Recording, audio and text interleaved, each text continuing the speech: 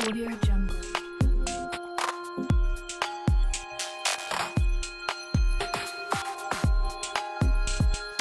Audio Jungle.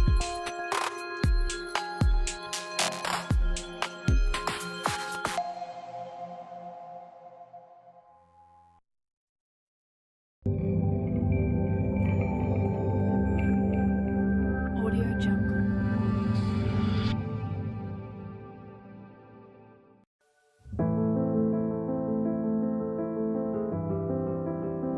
Preview.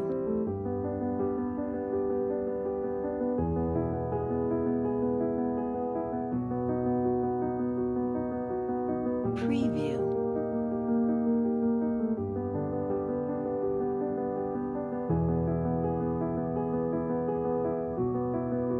Preview.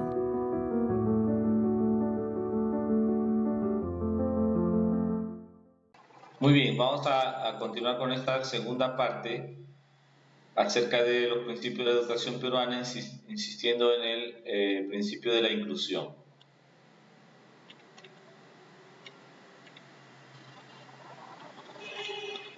Muy bien, esto es lo que habíamos observado.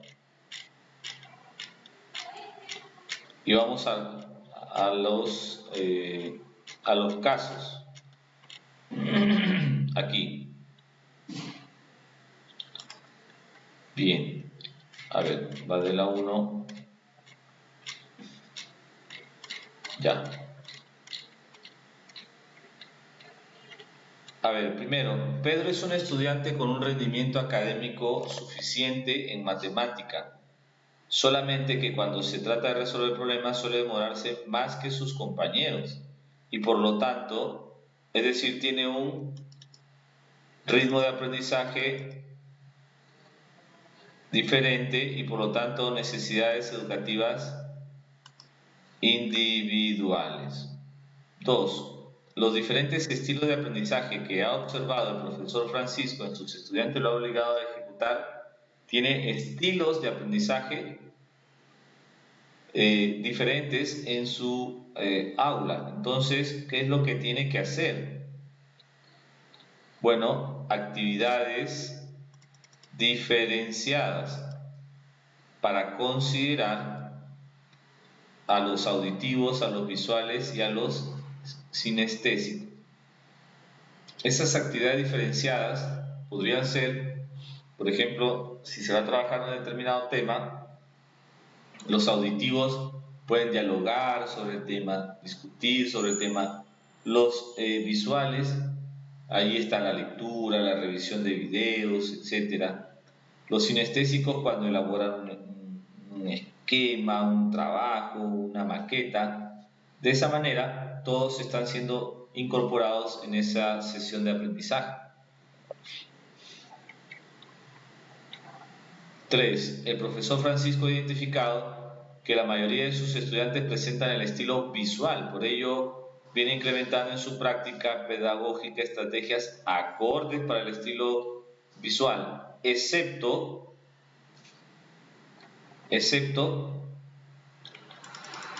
dar instrucciones verbales. Esta respuesta está relacionada más con el estilo de aprendizaje auditivo que el visual. ¿Ok? En este caso, la mayoría presenta el estilo auditivo. Por ello, ¿cuál sería una práctica pedagógica acorde para el estilo auditivo?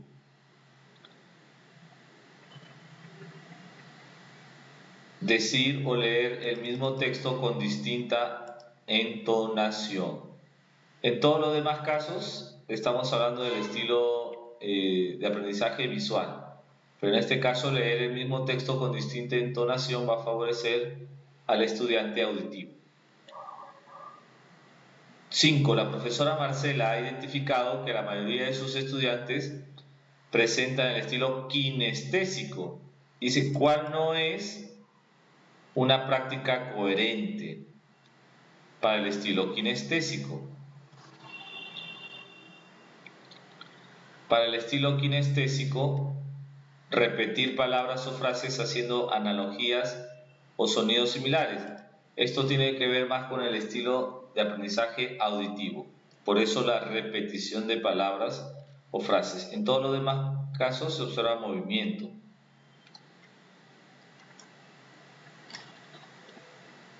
6. Lucas es un niño que necesita el movimiento para aprender. Participa en sociodramas, arma, desarma, elabora maquetas con mucha facilidad. Al analizar estas características, su profesor Héctor entiende que él tiene estilo de aprendizaje kinestésico. Entonces habría que explotar sus habilidades por ese lado, que el niño haga, construya, elabore, produzca.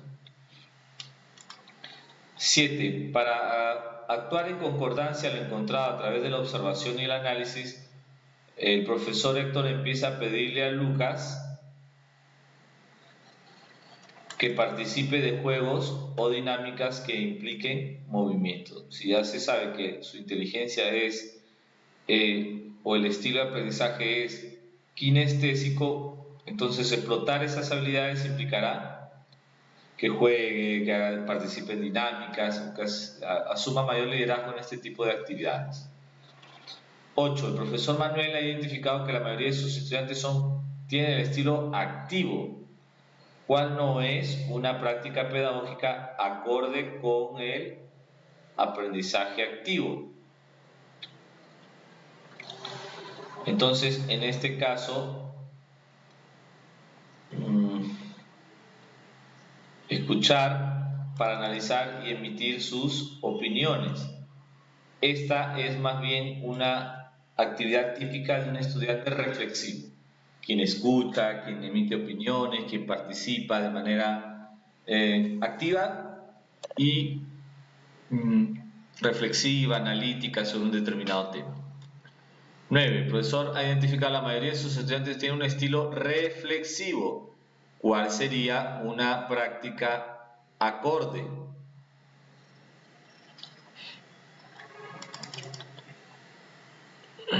Investigar detenidamente, reuniendo información y profundizando sobre el tema. Este es el estudiante que, al ser reflexivo, le gusta investigar, ¿cierto?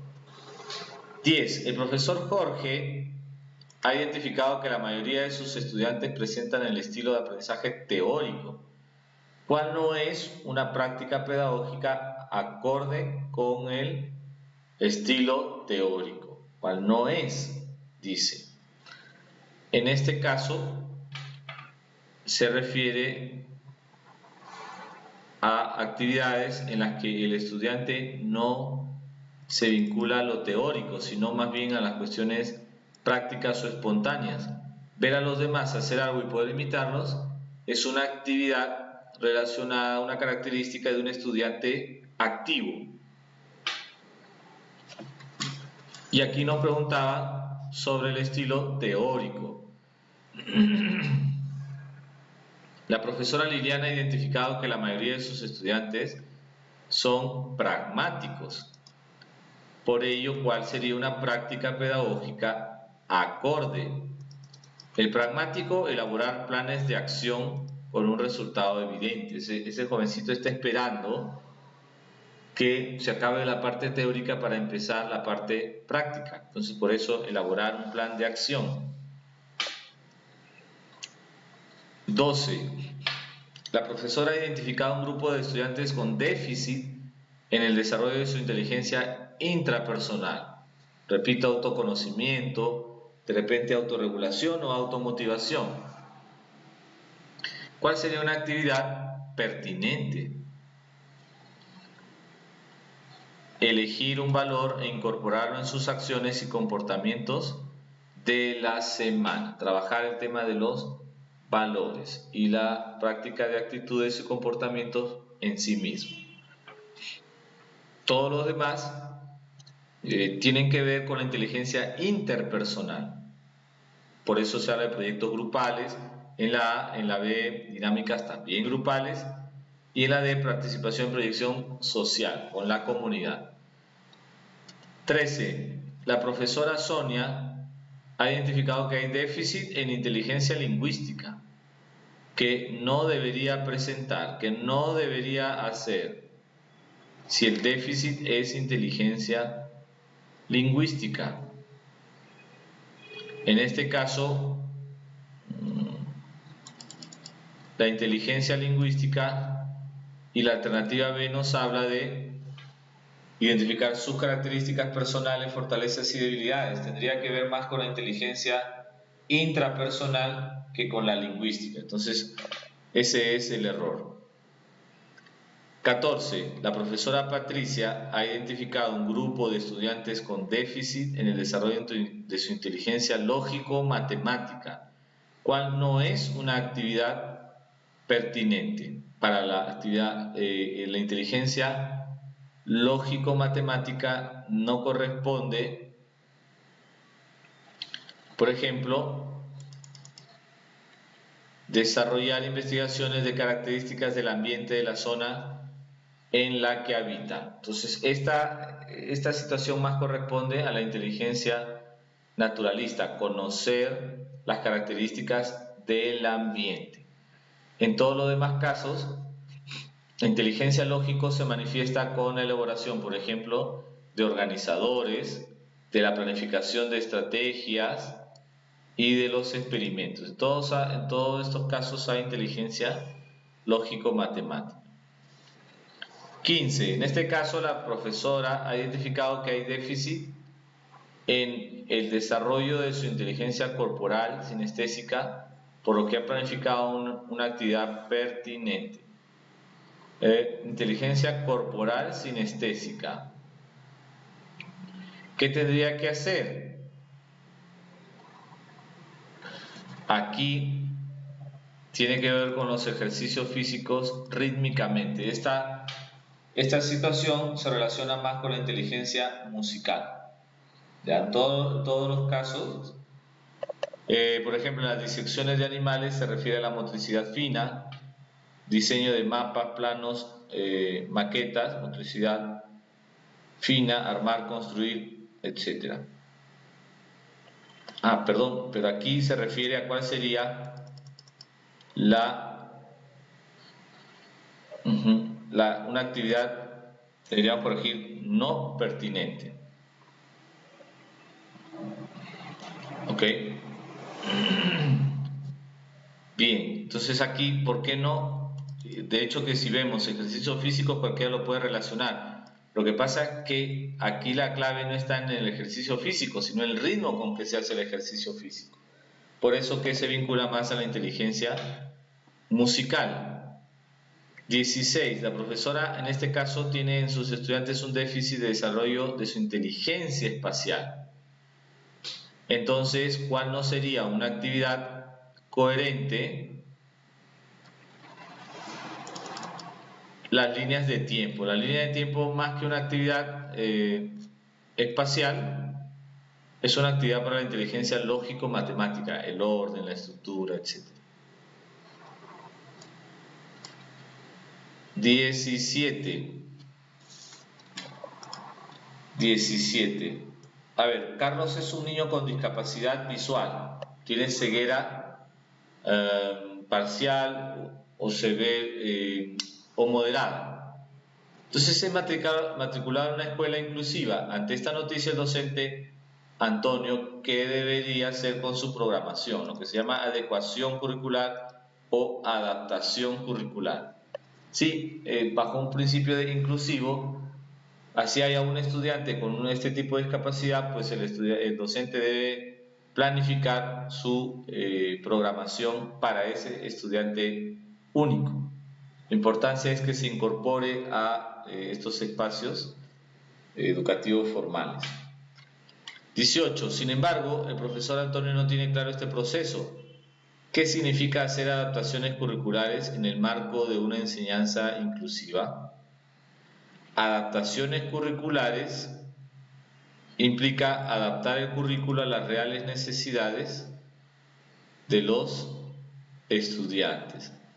Adaptar el currículo a las reales necesidades de los estudiantes. Bien. 19. Un padre de familia de un alumno va a quejarse ante el profesor de su menor hijo el cual tiene necesidades educativas especiales, por cuanto, si bien es cierto, está agradecido por haberlo recibido en la institución, percibe que no lo están atendiendo con mucho interés. Una escuela inclusiva es capaz de ofrecer una educación de calidad a todos los estudiantes sin distinción, garantizando no solamente el acceso, porque se podría pensar que inclusión implica ya aceptar la matrícula de un estudiante inclusivo. No se queda ahí el tema, sino que también hay que garantizar la permanencia y el éxito escolar. El éxito escolar no significa pues que tenga las mejores notas, sino que por lo menos vaya evolucionando, progresando en su proceso de aprendizaje y de adaptación social también. Si se logra eso, pues ya estamos hablando de una escuela inclusiva. 20. En este caso, el profesor Julio atiende a un estudiante con discapacidad intelectual, el cual está presentando mejoras dado que acierta con la siguiente consideración al programar la actividad. En este caso, si el estudiante, digamos, es un niño con retardo mental o con síndrome de Down, ¿qué se podría hacer? Y aquí consideramos la importancia de considerar o de incluir,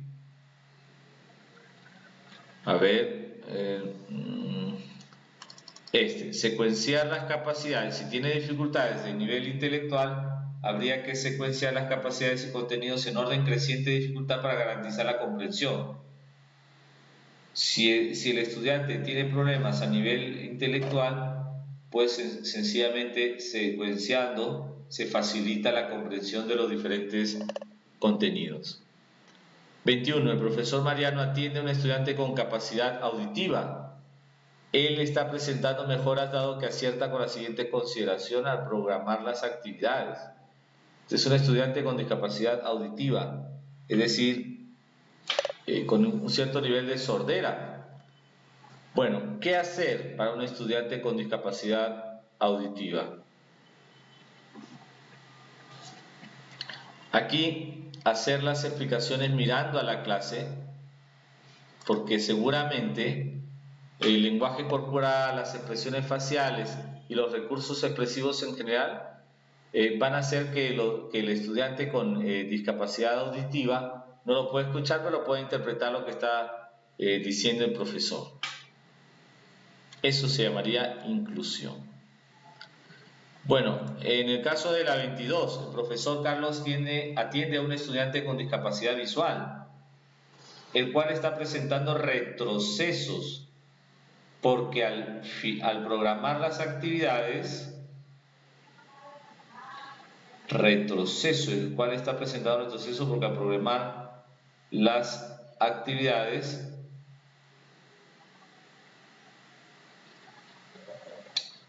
promueve e incentiva la independencia personal. Entonces, en este caso, le asigna responsabilidades, al igual que a todos los estudiantes, incentiva a los compañeros a que le tengan extremo cuidado. Uno de los logros principales de la educación inclusiva es que el estudiante incluido pues sea lo más autónomo posible, ¿ya? Y en ese sentido, incentivar a que los compañeros le tengan extremo cuidado para evitar caídas no se articula con el enfoque de discapacidad. ¿Ok? 23. El enfoque inclusivo. El director de una institución inclusiva evalúa la programación curricular de la profesora Carmen, quien atiende a un alumno con autismo, comunicándole que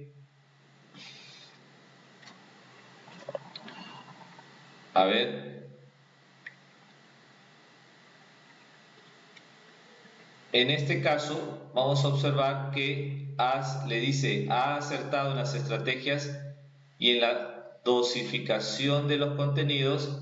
En consecuencia es un líder porque potencia los puntos fuertes en vez de resaltar los errores. Este es el tipo de liderazgo que requiere una escuela inclusiva, es decir, un liderazgo transformacional se llama, que intenta reconocer tanto los aspectos fuertes en vez de resaltar los errores. Quizás, por supuesto, después se podría preguntar, pero inicialmente implica resaltar errores. El profesor Antonio tiene a su cargo a Miguel, un estudiante inclusivo, el cual es objeto de bullying por sus compañeros.